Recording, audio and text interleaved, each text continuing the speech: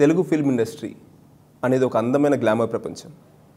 మనందరం రెగ్యులర్ లైఫ్లో మనందరం ఎవరు ఏ ఫీల్డ్లో ఉన్నా, ఏ పని చేస్తున్నా, ఏ జాబ్ చేస్తున్నా, ఏ ప్రొఫెషన్లో ఉన్నా, ఏ బిజినెస్లో ఉన్నా, అసలు పని ఉన్నా లేకపోయినా సినిమా అనే అంశం మనందరినీ కట్టిపడేస్తుంది.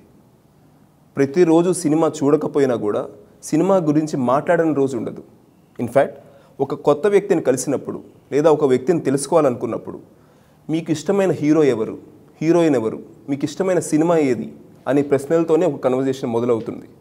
అంటే ఒక వ్యక్తిని అర్థం చేసుకోవడానికి, అనలైజ్ చేయడానికి కూడా సినిమానే మనం ఎక్కువ వాడుతుంటాము. అలాంటి సినిమా ఇండస్ట్రీలో సక్సెస్ అయితే పెద్ద సెలబ్రిటీస్గా ఎదుగుతుంటారు, అందరికీ పరిచయం అవ్వబడతారు, డబ్బు సంపాదిస్తారు. So cinema is more like a creative form, art form. So అందుకే అందరూ కళలను ఇష్టపడుతూ సినిమాల్లోకి రావాలని అనుకుంటారు. కానీ as much as it is an art form, it is a creative industry, it is also a business industry. ఒక సంవత్సరానికి 200 పైగా సినిమాలు రిలీజ్ అవుతుంటాయి. చిన్న సినిమాలు, పెద్ద సినిమాలు అన్నీ కలిపి సుమారుగా ఒక 2000 నుంచి 2,500 కోట్ల టర్నోవర్ జరుగుతుంటుంది. అంత టర్నోవర్ జరుగుతున్న సినిమా ఇండస్ట్రీని ఒక బిజినెస్గా చూస్తూ అందులో ఉన్న వివిధ అంశాలను అర్థం చేసుకుంటూ నేను మీకు ఎక్స్ప్లెయిన్ చేయాలని అనుకుంటున్నాను. ఈరోజు ఎపిసోడ్లో నేను ఇన్కమ్ ట్యాక్స్ రైడ్ అంటే income tax search and seizure గురించి మాట్లాడబోతున్నాను. నేను ఇంతకుముందు చెప్పినట్టు I'm going to talk about Tollywood film industry and its related aspects. So film industry అంటేనే, అంటే అందరూ సక్సెస్ అయిన వాళ్ళందరూ సెలబ్రిటీస్గా ఉంటారు కనుక వీళ్ళందరూ చాలా క్లోజ్ గ్రూప్గా ఉంటుంటారు. అంటే ఒక ప్రైవేట్ లైఫ్ లీడ్ చేస్తుంటారు. ఎందుకంటే అందరిలాగా వీళ్ళు కూడా బయటకు వచ్చేస్తే వీళ్ళని అందరూ గుర్తుపడతారు, వాళ్ళ దగ్గరికి వెళ్తారు, ఫోటోలు అంటారు. ఇది చాలా ఇబ్బందికరంగా ఉంటుంది కనుక వాళ్ళది చాలా క్లోజ్ సర్క్యూట్లో క్లోజ్డ్ గ్రూప్గా ఉంటుంటుంది. అలాంటప్పుడు వన్ ఫైన్ మార్నింగ్ ఎవరైనా ఇంటికి, ఒక సెలబ్రిటీ ఇంటికి ఒక 8 నుంచి 10 మంది ఇన్కమ్ ట్యాక్స్ డిపార్ట్మెంట్ ఆఫీసర్స్ వచ్చి, తోడుగా ఒక పోలీస్ ఆఫీసర్ని కూడా తీసుకొచ్చి, మేము మీ ఇంటికి రైడ్ చేయటానికి వచ్చాము అని అంటే that could be the most shocking moment. ఎందుకంటే రైడ్ చేయటం అంటే వాళ్ళ ఇంటిని సోదా చేయటం, వాళ్ళ ప్రైవేట్ లైఫ్కి భంగం కలిగించటం. ఒక సెలబ్రిటీని ఫోటో దిగాలంటేనే ఎన్నో కోట్ల మంది ఆరాటపడుతుంటారు. అలాంటి వ్యక్తి ఇంటికి పర్మిషన్ లేకుండా వచ్చి with a search warrant, with all the authority వచ్చి మేము మీ ఇంటిని సోదా చేయబోతున్నాము అని అంటే that definitely would be the most shocking moment of any film industry person, rather any person.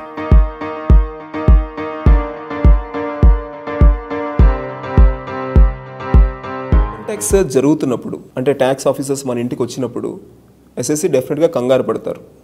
A reason వాళ్ళు వచ్చి ఉంటారు, ఎందుకు వచ్చి ఉంటారు. ఎందుకంటే వాళ్ళు రాగానే ఒక సర్చ్ వారెంట్ చూపిస్తారు.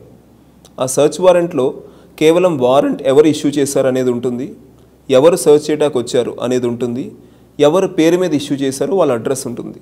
అది ఫామ్ నెంబర్ 45 ఉంటుంది. సో అది మాత్రమే వాళ్ళు చూపిస్తారు. రీజన్స్ ఏంటి, మీ ఇంటికి ఎందుకు వచ్చాము, ఈ టైంలో ఎందుకు వచ్చాము, ఏం పట్టుకుంటాకు వచ్చాము అనేది ఎక్కడా కూడా డిపార్ట్మెంట్ ఆఫీసర్స్ ఎస్ఎస్సికి చెప్పరు.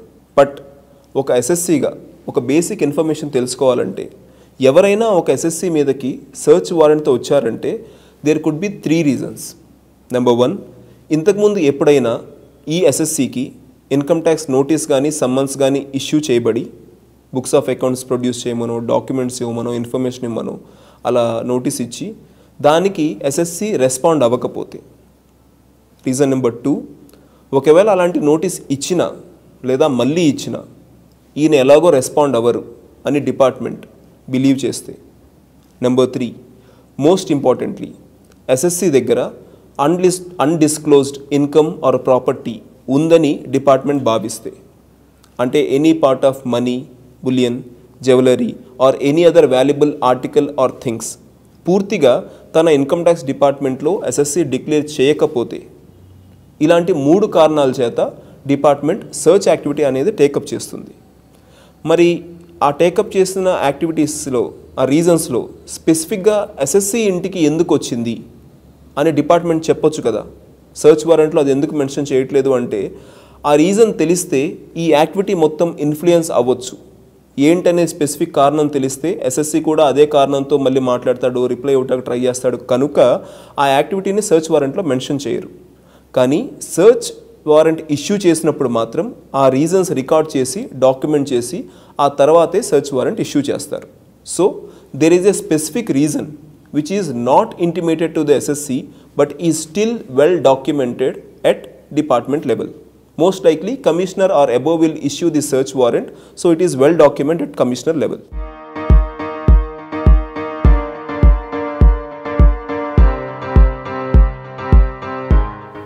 Now సర్చ్ వారెంట్తో వచ్చారు. వచ్చినప్పుడు నేను ఇంతకుముందు చెప్పినట్టుగా డిపార్ట్మెంట్ అఫీషియల్స్ ఒక 8 నుంచి 10 మంది వస్తారు. వాళ్ళతో పాటు పోలీస్ ఆఫీసర్ కూడా వస్తారు.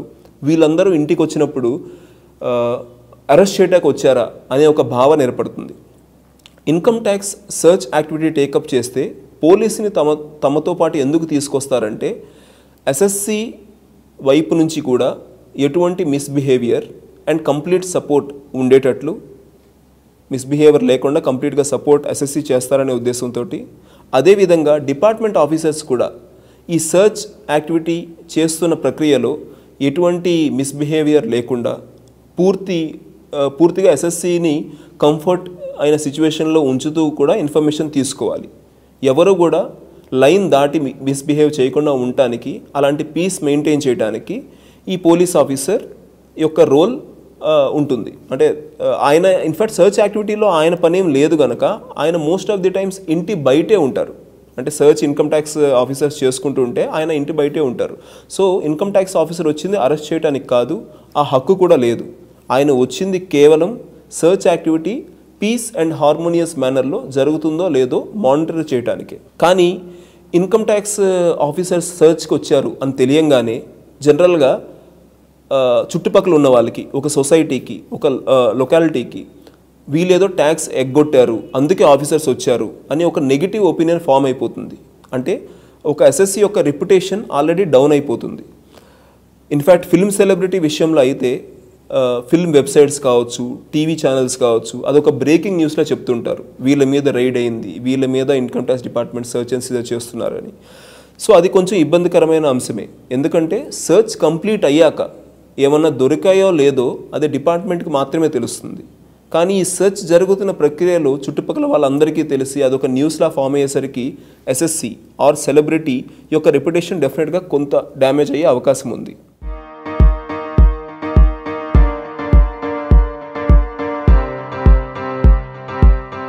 ఈ ఎస్ఎస్సి యొక్క సెర్చ్ యాక్టివిటీలో, సెర్చ్ జరుగుతున్న యాక్టివిటీలో పోలీస్తో పాటు ఆ లొకాలిటీలో ఉన్న ఇద్దరు ఇండిపెండెంట్ అండ్ రెస్పెక్టబుల్ విట్నెస్ ఈ సెర్చ్ యాక్టివిటీలో పాలు పంచుకోవాలి. అంటే డిపార్ట్మెంట్ ఆఫీసర్ ఆ ఏరియాలో ఉన్న ఇద్దరు వ్యక్తుల్ని ఆ సెర్చ్ యాక్టివిటీ స్టార్ట్ అయ్యే ముందే విట్నెస్ కింద రమ్మని అడుగుతారు. వాళ్ళు వచ్చి సెర్చ్ యాక్టివిటీలో ఎటువంటి మేజర్ రోల్ ప్లే చేయరు, కేవలం విట్నెస్ మాత్రమే చేస్తారు. అగైన్ ఎస్ఎస్సి కరెక్ట్గా అడిగిన ఇన్ఫర్మేషన్ ఇస్తున్నారా, మిస్బిహేవ్ చేయట్లేదు కదా. లైక్ వైజ్ డిపార్ట్మెంట్ అఫీషియల్స్ అన్నీ కరెక్ట్గానే అడుగుతున్నారు కదా, వాళ్ళు కూడా ఎక్కడా కూడా ఒక అగ్రెసివ్ అటిట్యూడ్ చూపించట్లేదు కదా, పూర్తి పీస్ అండ్ హార్మోనియస్ మేనర్లోనే జరుగుతుంది కదా అనే విట్నెస్ చేయడానికి ఈ ఇద్దరు విట్నెస్ మేజర్ రోల్ ప్లే చేస్తారు. సో డిపార్ట్మెంట్ ఆఫీసర్స్ ఒక పోలీస్ ఆఫీసర్తో వస్తారు, రాగానే సెర్చ్ వారెంట్ ఎస్ఎస్సికి చూపిస్తారు. సెర్చ్ మొదలవక ముందే లోకల్లో ఉన్న ఇద్దరు విట్నెస్ని ఆ సెర్చ్ యాక్టివిటీలో విట్నెస్గా ఉండటానికి వాళ్ళు ఒక రోల్ ప్లే చేయిస్తారు.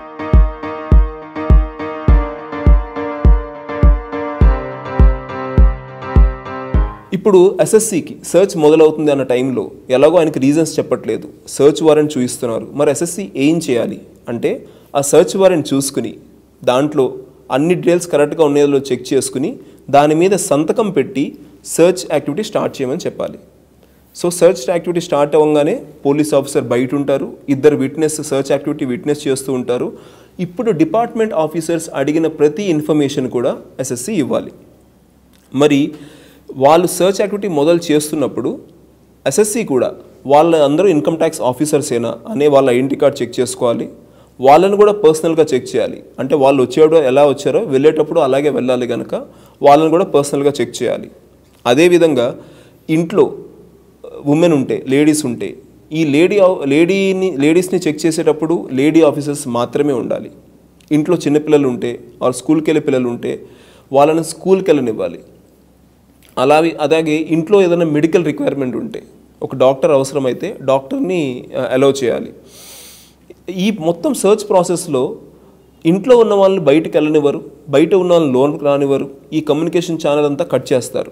సో సర్చ్ యాక్టివిటీ జరుగుతున్నప్పుడు డిపార్ట్మెంట్ వాళ్ళు ఈ కంప్లీట్ సర్చ్ యాక్టివిటీ మాత్రమే ఫోకస్ చేస్తారు, ఇంక్లూడింగ్ ఎస్ఎస్సి కూడా సర్చ్ యాక్టివిటీని ఫోకస్ చేస్తూ, డిపార్ట్మెంట్ కూడా సర్చ్ యాక్టివిటీని ఫోకస్ చేస్తూ ఏదైనా అన్డిస్క్లోజ్డ్ ఇన్కమ్ ఆర్ ప్రాపర్టీ ఉందా అనే దాని మీదే వీళ్ళు వర్క్ చేస్తుంటారు.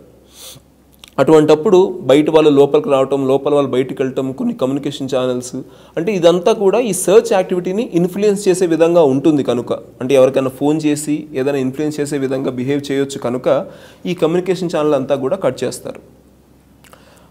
ఈ ఎస్ఎస్సికి సంబంధం లేని వాళ్ళు ఆ టైంలో ఇంట్లో ఉంటే, ఆఫీసులో ఉంటే వాళ్ళని పర్సనల్ సర్చ్ చేసి కావాలంటే వాళ్ళని బయటికి పంపించేయచ్చు. ఎందుకంటే ఎస్ఎస్సి తోటి మేజర్గా సంబంధం లేదు. అంటే ఒక పాలవాడు వచ్చాడు, సడన్గా ఆ టైంలోనే సర్చ్ యాక్టివిటీ జరుగుతుంది, పాలవాడితో ఏం సంబంధం, బయటికి వెళ్లకుండా ఆపాల్సిన అవసరం లేదు కనుక పాలవాడిని పంపించేయచ్చు. అలా ఫ్యూ అన్నెసెసరీ పీపుల్ని ఇర్రేషనల్గా ఇన్కమ్ ట్యాక్స్ డిపార్ట్మెంట్ లోపలే ఉండాలని చెప్పి అడగలేదు. సో ఎస్ఎస్సి యొక్క రైట్స్ని ప్రాపర్గా కేర్ తీసుకుంటూ ఇన్కమ్ ట్యాక్స్ డిపార్ట్మెంట్ కూడా బిహేవ్ చేస్తుంది. ఒకసారి ఈ సర్చ్ యాక్టివిటీ మొదలయ్యాక, సర్చ్ వారెంట్ అంతా చూసుకుని వాళ్ళు పర్సనల్ సర్చ్ చేశాక, ఎస్ఎస్సి తన ఇంట్లో ఉన్న ప్రతి కబోర్డ్ని, బీరువాని, మేబీ ప్రతి రూమ్ని, లాకర్ని, వాటన్నిటికీ కూడా యాక్సెస్ డిపార్ట్మెంట్కి ఇవ్వాలి. ఒకవేళ అవి లాక్ చేసి ఉంటే ఆ లాక్ ఓపెన్ చేసి ఇవ్వాలి. లాక్ లేదు, కీ లేదు అని బై ఎనీ ఛాన్స్ ఎస్ఎస్సి చెప్పేలాగుంటే department has a right to break and open that lock. So నా దగ్గర లేదు, కీ లేదు, లేదా నేను ఓపెన్ చేయలేను అనే ఆన్సర్స్ డిపార్ట్మెంట్ తీసుకోదు. డిపార్ట్మెంట్ వచ్చిందే ఏ విధంగా అయినా సరే పూర్తి సర్చ్ యాక్టివిటీ చేసి లోపల ఏ ఇన్ఫర్మేషన్ ఉన్నా కూడా దాన్ని బయటికి తీసి దాన్ని బేస్ చేసుకుని అన్డిస్క్లోజ్డ్ ఇన్కమ్ ఆర్ ప్రాపర్టీ ఉందా లేదా అనేది కంక్లూడ్ చేయడానికి. సో డిపార్ట్మెంట్కి పూర్తిగా సహకరించాల్సిన బాధ్యత ఎస్ఎస్సికి ఉంది. వాళ్ళు ఏ ప్రశ్న అడిగినా కూడా దానికి తెలిసినంతగా ఆన్సర్ చేస్తూ, ఏ డాక్యుమెంట్ చూపించినా కూడా దానికి తన నాలెడ్జ్ ప్రకారం ఇన్ఫర్మేషన్ ఇస్తూ వాళ్ళకి పూర్తిగా సహకరించాలి. ఈ యాక్టివిటీ, ఈ సర్చ్ యాక్టివిటీ అనేది మేబీ 1 డేలో కంప్లీట్ అవ్వచ్చు, లేదా బియాండ్ ఏ డే కూడా వెళ్ళొచ్చు, depending on the seriousness of the issue. అలా వెళ్తుంటే టైంకి భోజనం చేసే అవకాశం, టైంకి ఫుడ్ తీసుకునే అవకాశం ఎస్ఎస్సికి ఉంటుంది. డిపార్ట్మెంట్ దాన్ని ఆపలేదు. అదేవిధంగా రెస్ట్ తీసుకోవాల్సిన టైంలో, అంటే నైట్ టైంలో డిపార్ట్మెంట్ కూడా most likely search activity take up చేయదు.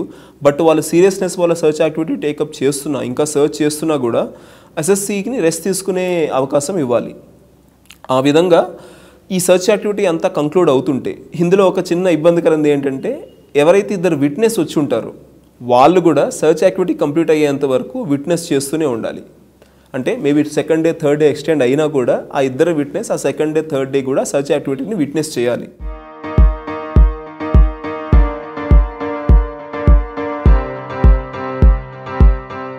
ఈ విధంగా income tax officers search and seizure అని చెప్పి ఒక సెలబ్రిటీ ఇంటికి వచ్చి ఆయన ఇంట్లో ఉన్న అన్ని కమ్యూనికేషన్ ఛానల్స్ కట్ చేసి, అంటే ఆయన సెల్ ఫోన్స్ తీసుకుని పక్కన పెట్టి ల్యాండ్ లైన్స్ కట్ చేసి, బయట వాళ్ళని లోనికి రానివ్వకుండా, లోపల ఉన్న వాళ్ళని బయటికి వెళ్ళనివ్వకుండా వాళ్ళందరినీ అక్కడే కూర్చోబెట్టి వాళ్ళని రకరకాల ప్రశ్నలు వేస్తూ వాళ్ళ ఇంట్లో ఉన్న ప్రతి కార్నర్ని సర్చ్ చేస్తూ ఇన్ఫర్మేషన్, డాక్యుమెంట్స్ ఫైండ్ అవుట్ చేస్తూ ఉంటే ఒక సెలబ్రిటీకి కావచ్చు, ఇన్ఫ్యాక్ట్ ఎనీ పర్సన్కి కావచ్చు, చాలా ఇబ్బందికరంగా ఉంటుంది.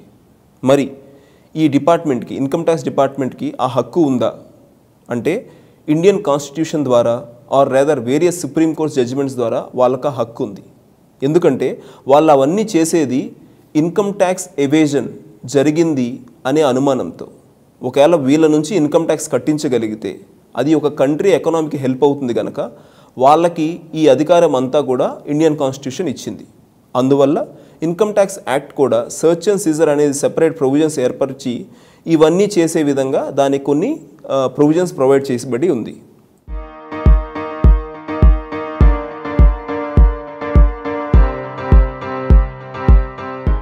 ఈ కంప్లీట్ సర్చ్ యాక్టివిటీ కంప్లీట్ అయ్యాక డిపార్ట్మెంట్ ఆఫీసర్స్ ఒక పంచనామా అనేది ప్రిపేర్ చేస్తారు.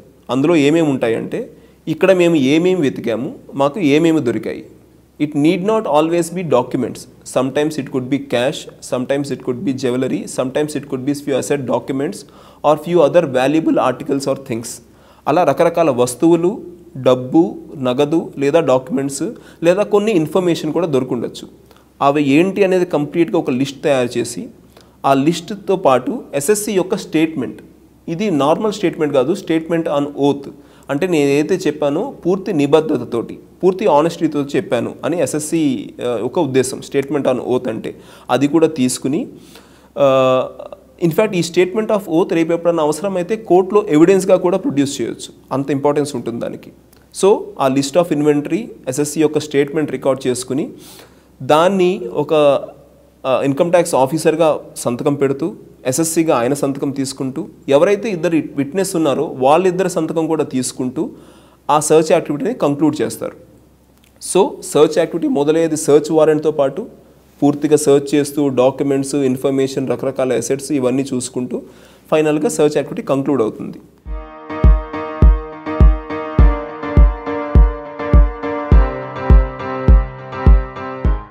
మరి కేవలం డాక్యుమెంట్స్, ఇన్ఫర్మేషన్ అయినా తీసుకునేది అంటే లేదు. ఏదైనా అసెట్ కనపడితే ఇంక్లూడింగ్ క్యాష్, ఇందాక నేను చెప్పినట్టు jewellery, cash, valuable articular thing ఇవన్నీ ఉంటే వాటిని ప్రాపర్గా income tax assessee tax payer already income tax రిటర్న్లో డిక్లేర్ చేసి ఉండకపోతే, దాని బిల్స్ ఇవ్వలేకపోతే అవన్నీ కూడా సీజ్ చేయొచ్చు. అంటే ఒక చాలా ఎక్స్పెన్సివ్ వాచ్ దొరికింది, చాలా ఎక్స్పెన్సివ్ జ్యువెలరీ దొరికింది, అవన్నీ కూడా ఇన్కమ్ ట్యాక్స్ రిటర్న్లో డిక్లేర్ చేయలేదు, దాన్ని వాళ్ళు సీజ్ చేయొచ్చు. సీజ్ చేసేటప్పుడు ఇందాక నేను చెప్పినట్టు ఆ పంచనామాలో లిస్ట్ ఆఫ్ ఇన్వెంటరీ మెయింటైన్ చేస్తారు కదా, వాళ్ళు ఏమేమి తీసుకెళ్తున్నారు, ఏమేమి తమతో పాటు తీసుకెళ్తున్నారు అనేది పూర్తి లిస్ట్ రెడీ చేస్తారు. ఆ లిస్ట్లో డాక్యుమెంట్స్, ఇలాంటి సీజ్ చేసిన అసెట్స్ ఇవి కూడా ఉంటాయి.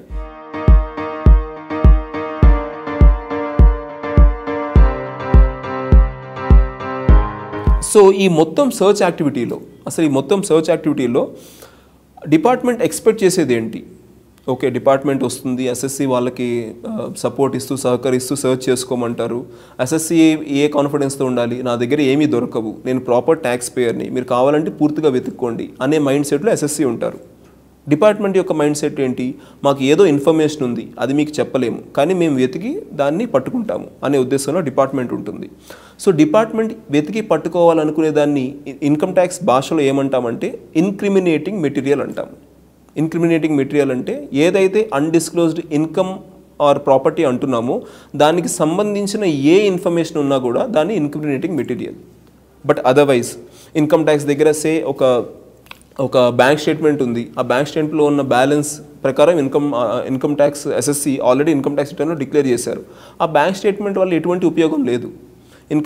తన దగ్గర ఉన్న జ్యువెలరీ అంతా కూడా తన ఇన్కమ్ ట్యాక్స్ రిటర్న్లో డిక్లేర్ చేశారు.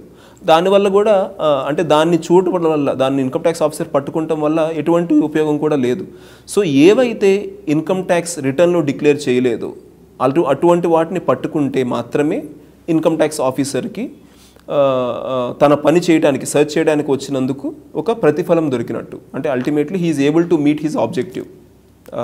సో ఆ ఉద్దేశంలో ఇలాంటి ఇంక్రిమినేటింగ్ మెటీరియల్, ఏదైతే అన్డిస్క్లోజ్డ్ ఇన్కమ్ ఆర్ ప్రాపర్టీ అని అంటున్నామో దానికి సంబంధించిన మెటీరియల్ పట్టుకుంటమే వాళ్ళ ముఖ్య ఉద్దేశం. Now what could be incriminating material? It could be as small as say diary. ఒక డైరీలో ఏదో రాసుకున్నాము, అందులో చూసిన ప్రకారం ఏదో ఇన్ఫర్మేషన్ ఉంది, ఎక్కడో అసెట్ దాచి ఉందని తెలవచ్చు. It could be pieces of papers, it could be checkbook, it could be bank statement, it could be asset property documents, it could be anything which is not disclosed by the SSC in his income tax return. So ఇవన్నీ ఇలా incriminating material పట్టుకున్నప్పుడు దాన్ని ఒక లిస్ట్లో ready చేసి పంచనామా చేసి SSC యొక్క signature కూడా తీసుకుని సర్చ్ యాక్టివిటీ కంక్లూడ్ చేస్తారు.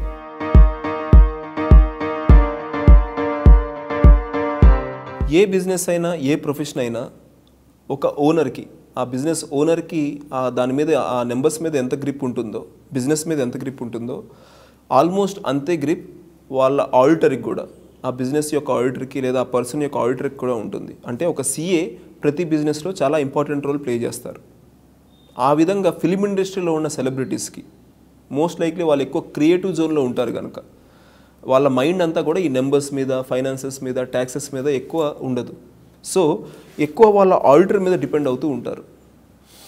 మరి ఇన్కమ్ ట్యాక్స్ రైట్ జరిగినప్పుడు ఇంట్లో ఉన్న వాళ్ళని బయటికి పంపనివ్వట్లేదు, బయట వాళ్ళని లోనికి రానివ్వట్లేదు. ఈ సెలబ్రిటీ ఆర్ క్రియేటివ్ పీపుల్ యొక్క ఇన్ఫర్మేషన్ అంతా ఎక్కువగా ఆడిటర్కి తెలిసి ఉంటుంది. మరి అలాంటప్పుడు కనీసం ఆడిటర్నైనా లోపలికి తీసుకురావచ్చా? అంటే తమ చార్టర్డ్ అకౌంటెంట్ని లేదా లీగల్ కౌన్సిల్ని లోపలికి తీసుకురావచ్చా? ఆ పర్మిషన్ డిపార్ట్మెంట్తో తీసుకురావచ్చా? సో దట్ వాళ్ళంతా ఎక్స్ప్లెయిన్ చేస్తారు అని అనుకుంటే అబ్సల్యూట్ నో. అంటే ఇన్ఫ్యాక్ట్ మనం దీన్ని సెకండ్ వ్యూ ఇంకో రకంగా దీన్ని చూస్తే ఇన్కమ్ ట్యాక్స్ సర్చ్ అనేది ఇన్వెస్టిగేటివ్ నేచర్. అంటే మనం ఏదో దాచి ఉంచాం కాబట్టి ఇన్కమ్ ట్యాక్స్ డిపార్ట్మెంట్ దాన్ని సర్చ్ చేసి పట్టుకుంటాకు వచ్చింది. సో ఇన్వెస్టిగేషన్ అనేది ఎప్పుడూ కూడా ఎవరి మీదకైతే వస్తున్నామో వాళ్ళ మీదే చేయాలి. అంటే ఎవరిని ఉద్దేశించామో వాళ్ళ మీదే చేయాలి. ఇన్కమ్ ట్యాక్స్ ఆఫీసర్ చార్టర్డ్ అకౌంటెంట్ని, ఆడిటర్ని ఎంకరేజ్ చేయరు. ఎందుకంటే చార్టర్డ్ అకౌంటెంట్ రిప్రజెంటేటివ్గా రావాలి. రిప్రజెంటేటివ్గా రావడానికి ఇది అసెస్మెంట్ కాదు, it's a raid, it's an investigation. అందువల్ల ఈ సిఏని కానీ లీగల్ కౌన్సిల్ కానీ ఈ సర్చ్ యాక్టివిటీలో పార్టిసిపేట్ చేయడానికి డిపార్ట్మెంట్ ఆఫీసర్ మోస్ట్ లైక్లీ ఒప్పుకోరు. చాలా రేర్ కేసెస్లో, చాలా క్వైట్ రేర్ కేసెస్లో వాళ్ళు వచ్చి ఒక మూల కూర్చుని ఏదైనా చిన్న అవసరం ఉంటే మాత్రమే అప్పుడు పిలిచేలాగా పర్మిషన్ ఇవ్వచ్చు. But that's I think almost ఒక నాట్ ఈవెన్ 1% ఛాన్స్ ఉండదు. అది ఎక్స్ట్రీమ్ ఆఫ్ కేసెస్లో. So and assessee has to be prepared to answer all the questions of the department, to extend complete support to the department while the search activity is going on. అందుకే ఒక సెలబ్రిటీస్గా creative జోన్లో బిజీగా ఉన్నా కూడా తమ వంతుగా కొంత టైం స్పెండ్ చేసి వాళ్ళ ఫైనాన్షియల్ ట్రాక్ రికార్డ్, వాళ్ళ ఇన్కమ్ ట్యాక్స్ రిటర్న్స్ని వాళ్ళు అర్థం చేసుకోవాలి. లేని పక్షంలో, అది కూడా కుదరట్లేదు అన్న పక్షంలో వాళ్ళ ఫ్యామిలీ మెంబర్స్లో ఒకరు తప్పకుండా ఈ వీళ్ళ యొక్క ఫైనాన్షియల్ యాక్టివిటీస్ని, ఇన్కమ్ ట్యాక్స్ రిటర్న్స్ని, ఎస్ఎస్ని, ప్రాపర్టీస్ని ఇవన్నీ కూడా పూర్తి నాలెడ్జ్తో ఉండేలాగా ఉండాలి. అదర్వైజ్ అత్యంత అవసరమైన పరిస్థితుల్లో, ఇలాంటి పరిస్థితుల్లో ఆడిటర్నేమో లోపలికి రానివ్వట్లేదు, మనకేమో పూర్తి ఇన్ఫర్మేషన్ తెలియదు, ఇబ్బంది పడుతున్నాం. అందువల్ల it's a strong recommendation that either the SSC himself or any of his close associates, most likely his family member, should have complete knowledge of the SSC income tax returns and related activities.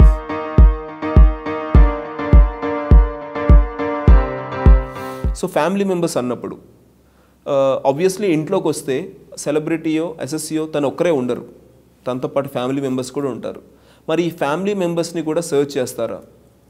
Family members యొక్క statement కూడా తీసుకుంటారా అని అంటే, నేను ఇంతకుముందు చెప్పినట్టుగా income tax search జరుగుతున్నప్పుడు ఒక ఎస్ఎస్సిగా ఇన్కమ్ ట్యాక్స్ ఆఫీసర్స్ని పర్సనల్గా సర్చ్ చేసి సర్చ్ యాక్టివిటీ స్టార్ట్ చేయమనాలి. అదేవిధంగా డిపార్ట్మెంట్ ఆఫీసర్స్ కూడా లోపల ఉన్న అందరూ members, could be family members or otherwise, అందరినీ పర్సనల్గా సర్చ్ చేసి యాక్టివిటీ స్టార్ట్ చేస్తారు. అందుకే మనం ఒకవేళ లోపల లేడీస్ ఉంటే లేడీ ఆఫీసర్స్ మాత్రమే సర్చ్ చేయాలని చెప్పాము. ఇంకా వాళ్ళని పర్సనల్గా సర్చ్ చేశాక ఇంకా మిగిలిందంతా ఇంటిని సోదా చేయటమే, ఇంటిని సర్చ్ చేయటమే.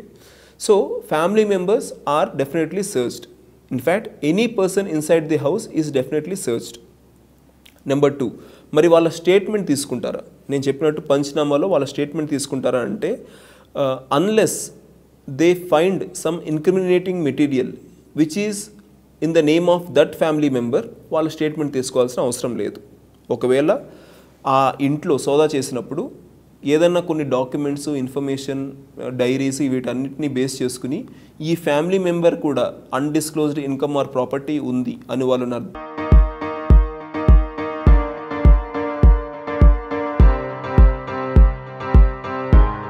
మీరు ఇన్కమ్ ట్యాక్స్ రిటర్న్ ఫైల్ చేస్తారు.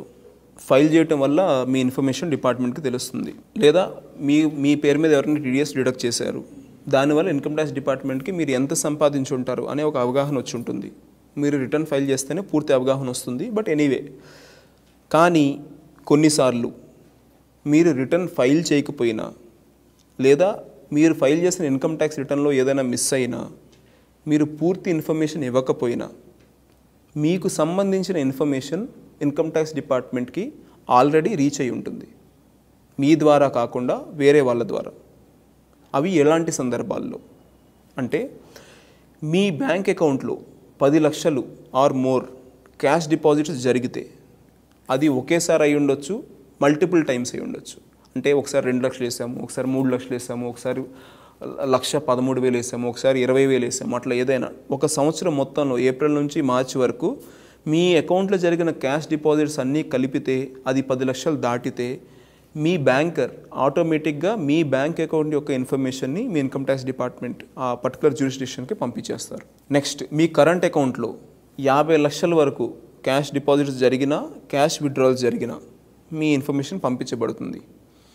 మీరు మీ క్రెడిట్ కార్డ్ పేమెంట్ ₹1,00,000 క్యాష్లో కట్టినా, లేదా సంవత్సరం మొత్తం క్యాష్లో కాకుండా ఏ విధంగా అయినా 10 లక్షలు కట్టినా మీ క్రెడిట్ కార్డ్ ఏదైతే ఉందో బ్యాంక్ ఆర్ పర్టికులర్ ఆర్గనైజేషన్ డిపార్ట్మెంట్కి పంపిస్తుంది. అదేవిధంగా మీరు 10 లక్షలు దాటి బాండ్స్ ఆర్ డిబెంచర్స్లో ఇన్వెస్ట్ చేసిన, 10 లక్షలు దాటి మ్యూచువల్ ఫండ్స్లో 1 సంవత్సరంలో ఇన్వెస్ట్ చేసిన, 10 లక్షలు దాటి షేర్స్లో ఇన్వెస్ట్ చేసిన, 10 లక్షల ఆర్ మోర్ ఫారెన్ కరెన్సీ, అంటే మీరు ఫారెన్ టూర్ వెళ్ళటం వల్ల కావచ్చు, వేరియస్ రీజన్స్ వల్ల ఫారెన్ కరెన్సీ కొన్నా అమ్మినా, ఇవన్నీ ఇన్ఫర్మేషన్ ఆ పర్టికులర్ ఆర్గనైజేషన్స్ ఇన్కమ్ ట్యాక్స్ డిపార్ట్మెంట్కి ఆటోమేటిక్గా పంపించాలి. అది రూల్. సో అది ట్రిగ్గర్ అయ్యి ఆటోమేటిక్గా వెళ్ళిపోతాయి కూడా. లేదా మీరు ఒక పర్టికులర్ ప్రాపర్టీ, ఒక ఆస్తి కానీ స్థలం కానీ కొన్నా అమ్మినా అది 30 లక్షలు దాటి ఉంటే ఆ పర్టికులర్ రిజిస్ట్రేషన్ ఆఫీస్ నుంచి దాని ఇన్ఫర్మేషన్ డిపార్ట్మెంట్కి వెళ్ళిపోతుంది.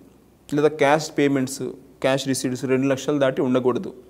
అలాంటివి జరిగినా కూడా మీ ఇన్ఫర్మేషన్ డిపార్ట్మెంట్కి వెళ్తుంది. సో ఈ అన్ని సందర్భాల్లో, ఇలాంటి అన్ని సందర్భాల్లో మీ ఇన్ఫర్మేషన్ మీ అంతటా మీరు ఇన్కమ్ ట్యాక్స్ డిపార్ట్మెంట్కి చెప్పకపోయినా కూడా వేరే ఆర్గనైజేషన్స్ ద్వారా, మీరు చేసిన ట్రాన్సాక్షన్స్ వల్ల వేరే ఆర్గనైజేషన్స్ ద్వారా మీ ఇన్ఫర్మేషన్ డిపార్ట్మెంట్కి వెళ్ళిపోయింది, ఆల్రెడీ చేరింది. అది ఆటోమేటిక్ ప్రాసెస్. అలాంటప్పుడు మీరు ఇన్కమ్ ట్యాక్స్ రిటర్న్ ఫైల్ చేశారు, మీరు ఫైల్ చేసిన ఇన్ఫర్మేషన్కి మ్యాచ్ అయ్యే విధంగా వాళ్ళు డిపార్ట్మెంట్ రిసీవ్ చేసుకున్న ఇన్ఫర్మేషన్ కూడా ఉంటే, అంటే మీరు అన్నీ కరెక్ట్గా డిక్లేర్ చేస్తే మీది మీద ఎటువంటి ఇబ్బంది ఉండదు. ఆబ్వియస్లీ మీకు నోటీస్ రావటం అలాంటివి ఏముండదు, ఎందుకంటే ఆల్రెడీ మీరు ఆనెస్ట్గా డిక్లేర్ చేశారు. లేదు, మీరేమో నేను తక్కువ సంపాదిస్తున్నాను, నేను ఏమీ కొనలేదు కానీ ప్రాపర్టీ రిజిస్టర్ చేశారు, షేర్స్ కొన్నారు, డిబెంచర్స్ కొన్నారు, లేదా మీరు క్రెడిట్ కార్డులో ఎక్కువ స్వైప్ చేస్తున్నారు కానీ మీరేమో ఆ డబ్బులు ఎక్కడి నుంచి వచ్చినాయి అనేది సోర్స్ డిక్లేర్ చేయట్లేదు, ఏమీ చేయట్లేదు. అలాంటప్పుడు డిపార్ట్మెంట్కి ఏమో ఆ ఇన్ఫర్మేషన్ అంతా ఉంది, మీరేమో అయితే ఇన్కమ్ ట్యాక్స్ రిటర్న్ సరిగ్గా ఫైల్ చేయట్లేదు, లేదా చేసింది ఇన్కంప్లీట్గా ఫైల్ చేస్తున్నారు. అలాంటప్పుడు డిపార్ట్మెంట్ మీకు నోటీస్ పంపించే ఆస్కారం ఉంది. సో మీరు చెప్తేనే డిపార్ట్మెంట్కి తెలుస్తుంది అని అనుకోకండి.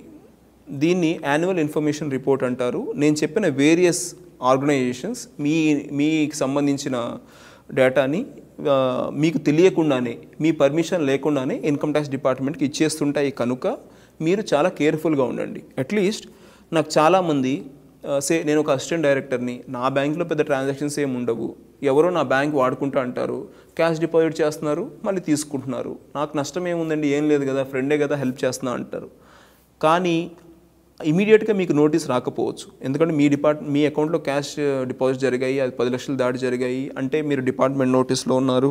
మీరేమో అసిస్టెంట్ డైరెక్టర్ కనుక నాకు పెద్ద ఇన్కమే లేదు అని చెప్పి రిటర్న్ ఫైల్ చేయరు, లేదా ఫైల్ చేసిన రిటర్న్ ద్వారా మీ టీడీఎస్ ఏమైనా ఉంటే కంప్లీట్గా రీఫండ్ క్లెయిమ్ చేస్తారు. ఇవన్నీ జరుగుతుంటాయి. కానీ డిపార్ట్మెంట్ నోటీస్లోనేమో మీ బ్యాంక్ స్టేట్మెంట్ వెళ్ళిపోయింది, అందులో క్యాష్ డిపాజిట్ జరిగాయి, ఎప్పుడో ఫ్యూచర్లో మీకు నోటీస్ రావచ్చు. అప్పుడు మీ హెల్ప్ తీసుకునే ఫ్రెండ్ ఉంటారో ఉండరో తెలియదు, అది ప్రాపర్ డాక్యుమెంటేషన్ ఉండదు, మీ దగ్గర రైట్ ఆన్సర్స్ ఉండవు. ఫార్చునేట్లీ మీరు అప్పటికి ఒక సెలబ్రిటీగా అయిపోయి ఉంటారు, మీరు డైరెక్టర్గా అయిపోయి ఉంటారు, మంచి మూవీ క్రియేటివ్ ఫీల్డ్లో అంటే ఆక్యుపై ఉన్నారు సినిమా తీసే దాంట్లో. అదే టైంలో నోటీస్ రావటం, అది నాకు గుర్తులేదండి, వాడు ఎవడో కూడా తెలియదు, వాడు అప్పుడు ఫ్రెండ్ ఇప్పుడు అసలు కాంటాక్ట్లో కూడా లేడు అని మీరు అనుకుంటారు. But unfortunately you have to face it.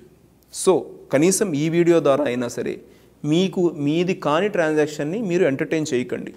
అంటే అది ఫ్రెండ్స్ అవ్వచ్చు, ఫ్యామిలీ మెంబర్స్ అవ్వచ్చు, రిలేటివ్స్ అవ్వచ్చు, తెలుసుకున్నారు కనుక, ఇప్పుడు ఎడ్యుకేట్ అయ్యారు కనుక మీరు కొంచెం కేర్ఫుల్గా ఉండండి. అంటే నా ఉద్దేశం,